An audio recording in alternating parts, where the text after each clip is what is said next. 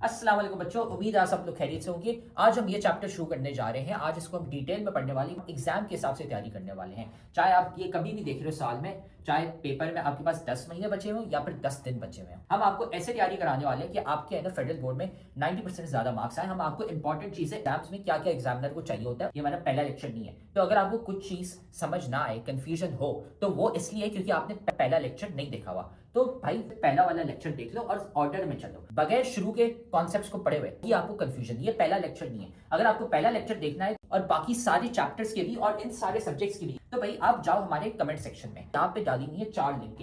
इसमें पूरी किताब की हमने प्लेलिस्ट डाली हुई है, इसको दबा दो, आपको है ना सारे लेक्चर्स मिल जाएंगे इस पूरे के पूरे सब्जेक्ट के। डाले में फ्री के नोट्स, यहाँ पे नोट्स कोई एमी नोट्स नहीं है। ये आप लिंक दबाओगे तो खुलते हैं, आपके पास हमारे 300 बच्चे जो थे जिनके 90% ज्यादा मार्क्स आए थे, उनके हमने नोट्स कंपाइल करके आपके लिए डाले हुए ताकि आप भी है ना अपने एग्जाम की तैयारी कर सको। सारे के सारे नोट्स हमने डाले हुए इन 300 बच्चों के। तो भाई ये देखो यहाँ पे पड़ा हुआ है हमारे सब्सक्राइब का बटन, इसको सब्सक्राइब कर लो, ठीक है। बेल्स भी है ना यहाँ पे दबा दो, लाइक करो वीडियो को और साथ में जाके कमेंट करो अपना वीकेस्ट चैप्टर। भाई कौन सा चैप्टर है जो तुम्हें बहुत मुश्किल लगता है, बहुत वीक लगता है, हम क्या करेंगे उसका निकालेंगे one shot lecture. One shot lecture एक लंबा सा पूरे चैप्टर का लेक्चर होगा, उसमें हम आपको एग्जाम ओरिएंटेड तैयारी कराने वाले हैं ताकि आपके है ना पेपर में 90% मार्क्स आ सके। तो जाके कमेंट करो कौन सा चैप्टर आपको बहुत मुश्किल लगता है। फिर ये याद रखना कि भाई हमारे लेक्चर्स, हमारे नोट्स, सारे गेस्ट पेपर्स काम के होते हैं। ये 300 बच्चे हैं जिनके ना 90% ज्यादा मार्क्स आए थे। तो सारा मटेरियल कमेंट सेक्शन में सबसे पहला कमेंट है, वहां पे पड़ा हुआ है। और अगर आप भी उन बच्चों की तरह 90% ज्यादा मार्क्स लाना चाहते हैं तो आप भी ना हमारी बैच ज्वाइन कर सकते हैं,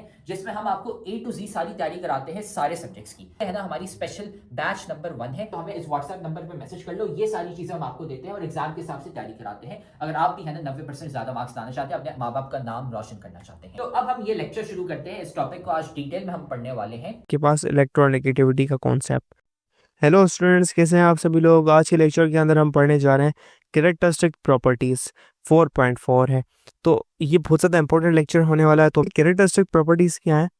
बेसिकली जो प्रॉपर्टीज़ होती हैं वो उसके किसी भी एलिमेंट की पीरियोडिसिटी एंड केमिकल रिएक्टिविटी के ऊपर डिपेंड करती हैं। भाई कैसे केमिकली रिएक्ट करता है और पीरियोडिसिटी इसकी क्या है कि किस टाइप की properties again and again group की रिपीट हो रही होती हैं। जैसे भाई लिथियम, सोडियम, पोटाशियम जो है बहुत ज़्यादा रिएक्टिव मेटल्स काउंट होते हैं आपके पीरियोडिक टेबल के, अल्कली मेटल्स जिसको कहते हैं। इनके पास NS1 जनरल जो है ना वो होती है कॉन्फ़िगरेशन, क्योंकि इस ऑर्बिटल के अंदर, इस सबशेल के अंदर एक ही इलेक्ट्रॉन आता है इनके पास, ठीक है। जैसे जैसे नीचे जाते जाएंगे, लिथियम के बाद सोडियम, सोडियम के बाद आपके पास पोटाशियम, सीजियम, इनकी रिएक्टिविटी बढ़ती जाती है, बढ़ती जाती है, बढ़ती जाती है। ओके भाई, क्यों बढ़ती जाती है? क्योंकि आखिरी जो शेल होता है, आखिरी इलेक्ट्रॉन न्यूक्लियस से बहुत दूर होता है। तो ये जो डिस्टेंस बढ़ जाता है, इसकी वजह से इलेक्ट्रोस्टैटिक फोर्स, एफ इलेक्ट्रोस्टैटिक कम हो जाती है और ये जो आयनाइजेशन एनर्जी है वो कम हो जाती है बहुत ज़्यादा। इसकी रिएक्टिविटी बढ़ जाती है और वो इजीली इलेक्ट्रॉन छोड़ देता है। आप लेफ्ट टू राइट जाएं तो जेड इफेक्टिव न्यूक्लियर चार्ज बढ़ता जाता है और उसकी वजह से क्या होता है, आयनाइजेशन एनर्जी में इंक्रीज आता जाता है और रिएक्टिविटी कम होती जाती है। कौन सी रिएक्टिविटी कम होनी जाती? कौन सी रिएक्टिविटी कम होती जाती है भाई? इलेक्ट्रॉन देने की। आगे जाओगे इलेक्ट्रॉन लेने की सलाहियत बढ़ती जाती है। Sounds good. तो जनरली रिएक्टिविटी को देखा जाता है डाउन द ग्रुप के अंदर देखा जाता है, एज ए पीरियोडिक फंक्शन नहीं देखा जाता पीरियड्स अगेन एंड अगेन क्या चल रहे हैं। तो पहली जो आ जाती है वो मेटेलिक कैरेक्टर। मेटेलिक कैरेक्टर देखते हैं हम इलेक्ट्रॉन को देने की सलाहियत वाला कैरेक्टर, इलेक्ट्रॉन के देने की सलाहियत जिसकी ज्यादा होगी उसका मेटेलिक कैरेक्टर ज्यादा होगा। कि भाई कौन सा एलिमेंट कितनी जल्दी इलेक्ट्रॉन दे सकता है, लूज कर सकता है और केटाइन बना सकता है, यानी पॉजिटिव चार्ज केटाइन कहते हैं हम। This is positive, unipositive charge, this is cation. Okay, ये कितनी रेडिली बना सकता है। ओके, सो वो एलिमेंट जिनका मेटेलिक कैरेक्टर स्ट्रॉन्ग होता है तो वो रेडिली रिएक्टिव होते हैं और केटाइन फॉर्मेशन करते हैं। मेटेलिक कैरेक्टर भाई आपकी पोजीशन के ऊपर डिपेंड करता है, आपका एलिमेंट कहाँ प्रेजेंट है, कौन से ग्रुप के अंदर है, वो उस तरीके से बिहेव करता है। क्यों? क्योंकि इनकी जो प्रॉपर्टीज होती हैं as a function of periodicity होती हैं, ग्रुप ट्रेंड और पीरियोडिक प्रॉपर्टीज को फॉलो करते हैं। तो होता क्या भाई, आप जैसे डाउन द ग्रुप जाते हैं, आपके जो शेल्स हैं वो बढ़ते जाते हैं, बढ़ते जाते हैं, बढ़ते जाते हैं और इलेक्ट्रॉन दूर होता जाता है, दूर होता जाता है। तो ये क्या होता है, ये इजीली इलेक्ट्रॉन देने के काबिल हो सकता है। क्यों? क्योंकि आयनाइजेशन एनर्जी कम हो जाती है, कम एनर्जी देनी पड़ेगी। तो भाई मेटलिक कैरेक्टर क्या होता है? बढ़ता जाता है, बढ़ता जाता है। आप जैसे जैसे नीचे नीचे जाते जाएंगे, डाउन द ग्रुप जाएंगे ग्रुप से, तो आपके जो मेटलिक कैरेक्टर है MC, वो बढ़ता जाएगा सिंपली। ओके, क्यों? न्यूक्लियस दूर होता जाएगा और डिस्टेंस बढ़ता जाएगा और इसके एटॉमिक फोर्सेस वीक होती जाएंगी।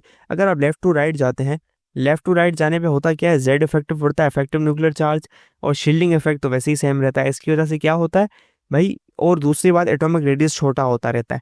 होता क्या है? न्यूक्लियस इलेक्ट्रॉन और उसके करीब डिस्टेंस कम होता जाता है जैसे आप बढ़ते जाते हैं। आखिर का होता क्या है? आर कम हो जाता है, तो ये जो फोर्स है, इलेक्ट्रोस्टैटिक फोर्स है, वो बढ़ती जाती है, जिसकी वजह से आयनाइजेशन एनर्जी बहुत बहुत बहुत बढ़ती जाती है, जिसकी वजह से रिएक्टिविटी बहुत कम हो जाती है, बहुत कम हो जाती है, और इलेक्ट्रॉन देने की सलाहियत बहुत ना होने के बराबर हो जाती है। ओके, क्यों? क्योंकि भाई बांध के रखा हुआ है, वो रस्सियां टाइट कर देता है। कौन? आपका जो न्यूक्लियस है। क्यों भाई? नंबर ऑफ शेल तो सेम है, बाकी प्रोटॉन बढ़ा जा रहा है, प्रोटॉन बढ़ता जा रहा है, प्रोटॉन का नंबर, और कंसंट्रेटेड है न्यूक्लियस, न्यूक्लियस की चार्ज बढ़ती है, तो न्यूक्लियस अपनी तरफ खींचता है बाकी चीज़ों को, इलेक्ट्रॉन्स को, जैसा कि मेटालिक कैरेक्टर ये था। अब नेक्स्ट बात आ जाती है रिएक्टिविटी के लिए। भाई इसके लिए एक छोटी सी बात याद रखो, रिएक्टिविटी का क्या ट्रेंड होता है भाई? आयनाइजेशन एनर्जी जितनी कम उतनी ज़्यादा रिएक्टिविटी, रिएक्टिविटी उतनी ज़्यादा, और इलेक्ट्रॉन एफिनिटी नेगेटिव में जितनी ज़्यादा होगी, नेगेटिव में जितनी ज़्यादा मतलब more negative, more negative, negative 328, negative 340, negative 360 से मोर होती जाएगी, तो आपके पास, मेरे कहने का मकसद ये है, रिएक्टिविटी ज़्यादा होगी। क्यों? आयनाइजेशन एनर्जी का कम होने का मकसद कि भाई इलेक्ट्रॉन जल्दी निकल सकता है, और इलेक्ट्रॉन एफिनिटी का ज़्यादा होने का मकसद कि भाई नेगेटिव है, मतलब ये फेवरेबल चीज़ है, और इलेक्ट्रॉन लेने का प्यासा है, और वो जो एलिमेंट का आइटम है वो इलेक्ट्रॉन लेके रहेगा बआसानी जल्दी। क्यों? क्योंकि भाई ये पैसा खर्च कर रहा है। ओके, ये दो फैक्टर्स हैं। अब ionisation energy down the group क्या होती है भाई? डाउन द ग्रुप क्या होती है मेरी जान? कम होती है, कम होती है, मतलब कम होती है, मतलब रिएक्टिविटी बढ़ेगी। तो डाउन द ग्रुप क्या बढ़ेगी? रिएक्टिविटी बढ़ती जाएगी। ओके, राइट साइड पे जाते जाएंगे, रिएक्टिविटी कम होती जाएगी, कम होती जाएगी। देन कार्बन पे पहुंचेंगे, उसके बाद क्या? कार्बन पे पहुंचने के बाद रिएक्टिविटी बढ़ती जाएगी। ओके, पहले एंड सेकंड ग्रुप के एलिमेंट्स बहुत ज़्यादा रिएक्टिव होते हैं। क्यों? क्योंकि इनकी जो है आयनाइजेशन एनर्जी कंसिडर की जाती है, और छठे सातवें ग्रुप के एलिमेंट बहुत ज़्यादा रिएक्टिव होते हैं। क्यों? जिसको हम 16वां और 17वां ग्रुप भी कहते हैं। क्यों? क्योंकि यूनी नेगेटिव आयन फॉर्मेशन करते हैं, और इनकी इलेक्ट्रॉन एफिनिटी बहुत ज़्यादा होती है, नेगेटिव में बहुत ज़्यादा होती है, तो ये इजीली जो है आपके पास एनाइन फॉर्म करते हैं इसकी वजह से। तो यही था रिएक्टिविटी का कॉन्सेप्ट। डेंसिटी की बात आ जाती है। डेंसिटी जो होती है ना, जैसे आप ऊपर से नीचे जाते जाते हैं तो क्या होती है? इसकी वजह से एटॉमिक मास बढ़ता है और एटम का साइज लार्जर होता है। तो जैसे आप नीचे जाते जाते हैं जो डेंसिटी होती है वो बढ़ती जाती है, बढ़ती जाती है। क्यों? क्योंकि मैस बढ़ता जाता है, पहली बात तो। दूसरी बात तो एरिया भी बढ़ता जाता है, लेकिन डेंसिटी का ताल्लुकात एटॉमिक मास इतना बढ़ जाता है, वो जो नीचे वाला आपके पास फैक्टर होता है ना, वो इतना ज़्यादा इफेक्टिव नहीं रहता। Density can vary across the period. In general, density tends to increase from left to right until it reaches a maximum around the middle of the period. Then it starts to decrease. जैसे कि left to right जाते हुए आपके पास जो density होती है वो आपके पास क्या हो रही होती है? वो बढ़ रही होती है, वो बढ़ रही होती है, गाढ़ाई बढ़ रही होती है। उसके बाद वो कम होना शुरू हो जाती है, जैसे कार्बन तक बढ़ती जाएगी, और कार्बन के बाद वो कम होती जाएगी। तो ये डेंसिटी का क्राइटेरिया होता है। अब लिटरली आपको मजे की बात बताऊं, ये इतनी छोटी सी चीज गलत लिखी हुई है। कैसे गलत लिखी हुई है समझाता हूँ। देखो, वॉट मैं क्या कह रहा था, क्या गलत लिखा हुआ है मेरी जान? ये है कि डेंसिटीज जो होती है ना, लेफ्ट टू राइट जाते हुए पीरियड के अंदर बढ़ना शुरू हो जाती हैं। ये बोल रहा है जब वो 20 तक पहुंचता है, देन उसके बाद डिक्रीज होना शुरू हो जाती है। क्यों? मैंने कहा कार्बन तक पहुंचेगा जो कि 20 है, लेकिन मेरे भाई ऐसा नहीं होता। क्यों नहीं होता समझाता हूँ। देखो डेंसिटी का फार्मूला क्या होता है, बचपन से पढ़ते आ रहे हो क्लास 7, डेंसिटी बराबर है, रो से भी शो करते हैं जिसको हम, डेंसिटी बराबर होता है मास अपॉन वॉल्यूम। मास ज्यादा तो डेंसिटी ज्यादा, वॉल्यूम कम तो डेंसिटी ज्यादा। तो बेसिकली लेफ्ट टू राइट जाते हैं तो रेडियस कम होता है आपका, रेडियस क्या होता है, डिक्रीज होता है, मतलब वॉल्यूम आपका कम होगा। छोटे पहले इतना बड़ा एटम होता था, इतना इतना इतना इतना हो जाता है, तो वॉल्यूम तो कम हो रहा है, ठीक है, तो डेंसिटी बढ़ेगी। दूसरी चीज भाई पॉजिटिव एटॉमिक मास बढ़ रहा है, इसका एटॉमिक मास कितना होता है, फॉर सपोज ही हम कार्बन ले लेते हैं, कार्बन का है, कार्बन नहीं इसको हम लेते हैं बोरोन, बोरोन ले लेते हैं, बोरोन का अगर तुम्हारे पास 11 है, इसका 12 है, इसका अगर तुम्हारे पास नाइट्रोजन का 14 है, देन तुम्हारे पास 16 है ऑक्सीजन का, और आपके पास आगे आ जाता है फ्लोरीन का अगर आपके पास 17-18 है, और उसके बाद नियोन का 20 है।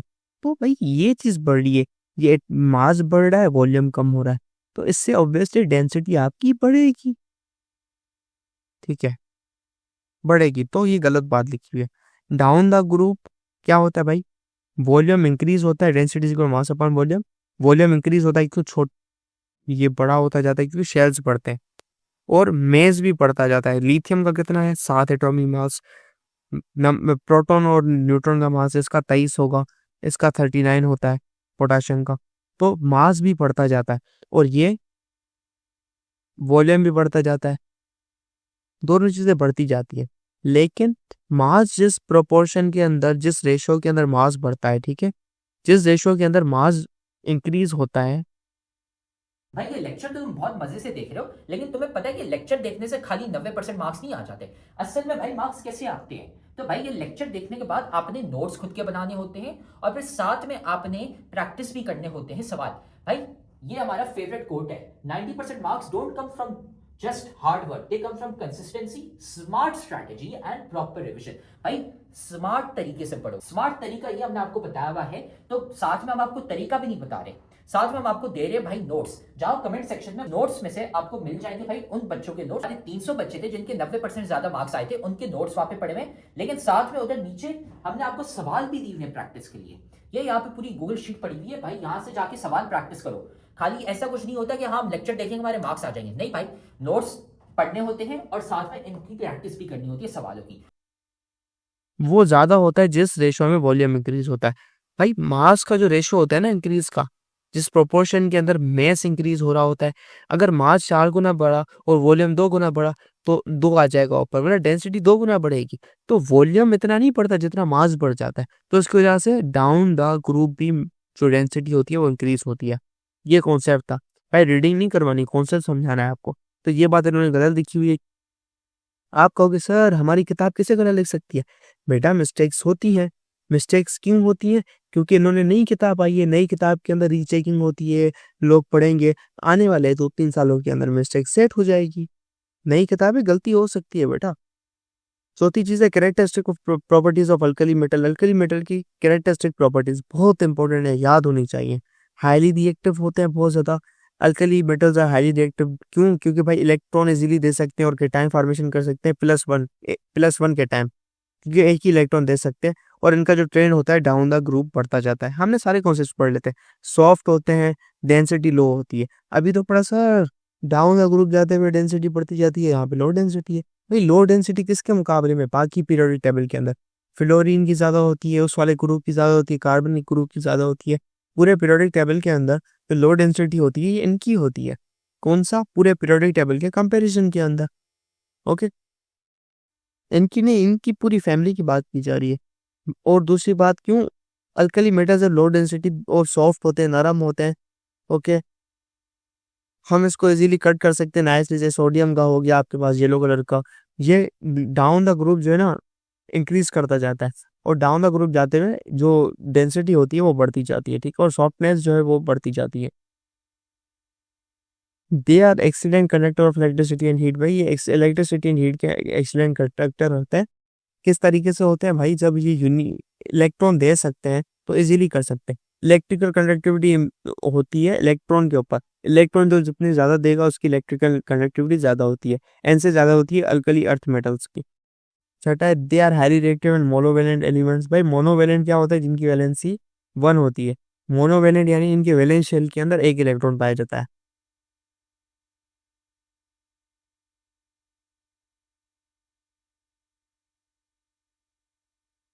इनके वैलेंस के अंदर शेल के अंदर एक इलेक्ट्रॉन पाया जाता है, सो कहते हैं मोनोवेलेंट। मोनो मतलब एक, वेलेंट मतलब वैलेंस शेल के अंदर। तो मोनोवेलेंट है और ये यूनी पॉजिटिव आयन की फॉर्मेशन करते हैं। ये वाटर के साथ रिएक्ट करते हैं तो वो H2 देते हैं एंड अल्काइल मेटल हाइड्रोक्साइड्स देते हैं। जब भाई इनका रिएक्शन होता है, अगर मैं Na ले लूँ, Na को जब मैं H2O के साथ रिएक्ट करवाऊंगा तो होगा क्या? किस चीज़ की फॉर्मेशन होगी मेरे भाई? इससे H2 गैस की फॉर्मेशन, NaOH की फॉर्मेशन होगी प्लस H2O की फॉर्मेशन होगी। H2 sorry gas, hydrogen gas निकलेगी। कैसे होगी भाई? समझाता हूँ। सोडियम क्या करेगा? H को हम दो टुकड़ों के अंदर ब्रेक कर सकते हैं, H और OH के अंदर। ऐसे होता है। OH इसके साथ आ जाएगा तो क्या बनेगा? NaOH। और बाकी ये H है, ये तो अकेला रह नहीं सकता, इसको बॉन्ड बनाना पड़ेगा। तो एक और ऐसा रिएक्शन चल रहा होगा जिसके अंदर Na प्लस HOH होगा, इसके अंदर NaOH बना होगा, तो ये वाला इसके साथ हुआ होगा। बाकी ये वाला हाइड्रोजन, ये वाला हाइड्रोजन दोनों मिल मिल बात के निकल जाते हैं H2 बना के, हाइड्रोजन गैस। ठीक है, तो इनका ऐसे होता है। अब ये क्या करते हैं? बेसिकली ये NaOH क्या होता है? ये स्ट्रॉन्ग बेस होता है। तो भाई मेटल, अल्कली मेटल्स क्या करते हैं भाई? ये बेस की फॉर्मेशन करते हैं। ठीक है, ये क्या करते हैं? बेसिक होते हैं। ये क्या होता है? बेसिक हाइड्रोक्साइड्स फॉर्म करते हैं भाई। क्या? ये जब वाटर के साथ रिएक्ट करते हैं तो ये बेसिस बनाते हैं, तो उसकी वजह से इनकी जो नेचर होती है वो बेसिक कंसिडर की जाती है। और जबकि नॉन मेटल जो होते हैं ना, उनकी जनरली कंसिडर की जाती है आपके पास वो acidic. Which is more soft, Na और पोटाशियम? भाई कौन सा सॉफ्ट है? आपका सवाल है, आप बताओ कौन सा सॉफ्ट होगा? सोडियम होगा, पोटाशियम होगा। बेसिकली जो सॉफ्टनेस आपके पास होगी वो होगी आपके पास उसकी अपनी, जिसकी आयनाइजेशन एनर्जी कम होगी, और वो होगा कौन? आपके पास पोटाशियम। ऑब्वियसली के की ज़्यादा होगी सॉफ्टनेस। ठीक है, ये आपके पास सारे कॉन्सेप्ट थे जिसके अंदर आपने ये चीज़ें पढ़ी हैं। Then prediction of properties of other elements in group 1। बाकी एलिमेंट्स की प्रॉपर्टीज मालूम करो ग्रुप 1 के अंदर। Lithium, sodium, potassium are collection of relatively soft metal showing a trend melting point reaction with water. इनका जो ट्रेंड होता है, जो कि हमने पढ़ा है अच्छे तरीके से, जो शो करते हैं। मेटल ग्रुप 1 को हम मर्करी मेटल्स भी कहते हैं। ये बहुत ज़्यादा सॉफ्ट होते हैं। इनका जो मेल्टिंग और boiling point down the group decrease होता है। क्यों होता है? क्योंकि वो फोर्स कम हो जाती है, न्यूक्लियर से डिफरेंस हो जाता है, बड़ा एटॉमिक रेडियस बढ़ जाता है, शेल कंट्रोल में नहीं आते, जल्दी रिएक्ट कर जाते हैं, तो वो सॉफ्टनेस खत्म होती जाती है। और boiling point and melting, sorry, softness बढ़ती जाती है और melting and boiling point decrease होते जाते हैं। क्यों? वो मजबूती कम होती जाती है और वो बहुत ज़्यादा रिएक्टिव होते जाते हैं। When alkali metals react with water, तो वो क्या करते हैं? एक मेटल साल्ट देते हैं और हाइड्रोजन देते हैं। अल्कली मेटल्स भाई जब वाटर के साथ रिएक्ट करते हैं ना,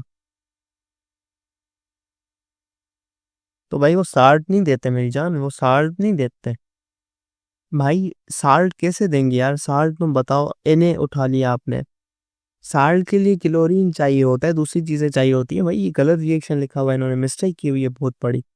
और बंदे बनाने वाले ने क्या किया हुआ है? शाबाश से जूम करके देखो, हद है भाई यार, तोबा। इन्होंने 3 डैश लगा दी और ये वाला सिंबल लगा दिया। वाह भाई वाह, शाबाश। The alkali metals become more reactive down the group. Down the group जाते हुए रिएक्टिव बढ़ जाते हैं। क्यों? आयनाइजेशन एनर्जी कम हो जाती है, इजीली रिएक्शन कर पाते हैं ये लोग। पीरियोडिक टेबल के अंदर पोजीशन मालूम करना किसी अननोन एलिमेंट की। You can place an unknown element accurately at appropriate position in the periodic table and you can predict about its properties। कोई भी एक एलिमेंट आपको नहीं पता, ये पता है कौन से पीरियड के अंदर, ग्रुप के अंदर, आप इसकी प्रॉपर्टीज मालूम कर सकते हैं, किस तरीके से बिहेव करेगा, क्या रिएक्शन करेगा। क्यों भाई? इनकी जो इलेक्ट्रॉनिक कन्फिग्रेशन है ना, वो बताती है इनका बिहेवियर। वो एलिमेंट जिनकी सिमिलर इलेक्ट्रॉनिक कन्फिग्रेशन होती है, उनकी प्रॉपर्टीज सिमिलर होती है। सिमिलर किस सेंस में? इलेक्ट्रॉनिक कन्फिग्रेशन, आखिरी इलेक्ट्रॉन किस शेल के अंदर, किस ऑर्बिट के अंदर जा रहा है। ठीक है, एस के अंदर जा रहा है, कैसे जा रहा है, वो सी पर जा रहा है। तो इलेक्ट्रॉनिक कॉन्फ़िगरेशन हमें बताती है भाई ये किस तरीके से बिहेव करेगा और इसकी पूरी हमें जन्म कुंडली पता चल जाती है। इसके ऊपर कौन से ग्रह राहु, केतु, शनि, मंगल, तो वो किस तरीके से भड़केगा, कौन-सी बात पे चिढ़ेगा, अब उसके लिए क्या मंत्र-वंतर करने पड़ेंगे, सब बताएगी। ये जो ट्रेंड होते हैं भाई इनके अंदर वेरिएशंस होते हैं। The periodic table allows for identification of pattern and groups. Patterns के अंदर इनके जो ट्रेंड्स होता है इनका पैटर्न्स क्या होता है, ये अलग-अलग वेरिएशन होते हैं। Atomic size, energy, electron affinity, electron reactivity, other properties. By analysing this trends it becomes possible to estimate. भाई इन ट्रेंड्स को एनालाइज करके हमें पता चलता है कि जनरल प्रॉपर्टी क्या होती है अननोन एलिमेंट की और इनकी पोजीशन क्या होनी चाहिए, पीरियोडिक टेबल क्या होना चाहिए। अगर अननोन पोजीशन है, यू डोंट नो कि क्या होना चाहिए, आपको कैसे पता चलेगा इसकी पोजीशन। बेसिकली आप इसके ट्रेंड मालूम करोगे, आप इसकी प्रॉपर्टीज मालूम करोगे, कैसे बिहेव कर रही है, क्या इलेक्ट्रॉनिक कॉन्फ़िगरेशन है, उससे आप इसको रख सकते हो। Most of the time hydrogen है उसकी प्रॉपर्टीज अलग हैं और बाकी चीज़ें अलग हैं, डिफरेंट है, और इलेक्ट्रॉनिक कॉन्फ़िगरेशन अलग है, वो स्पेशल केस है। तो मेजॉरिटी जो हमने मोस्ट अबंडेंट ऑप्शन लिया है वो लिया फर्स्ट ए ग्रुप का, इसलिए उसको फर्स्ट ए ग्रुप के अंदर ऑन द टॉप रख दिया गया है। ये रूल्स कौन डिसाइड करता है? IUPAC, international union of pure and applied chemistry, जो कि केमिस्ट लोगों का बड़ा अड्डा है, वहाँ पे डिसीजंस होते हैं। Valence shell electronic configuration for S1 which shows it is an. भाई बेसिकली ये जो है ना आपको क्या बता रहा है कि ये समझो ये अल्कली मेटल है, ठीक है। अगर 4s1 है तो ये अल्कली मेटल है, पता चल जाएगा क्यों, क्योंकि मैंने आपको इलेक्ट्रॉनिक कॉन्फ़िगरेशन समझाई थी, वो होती क्या है।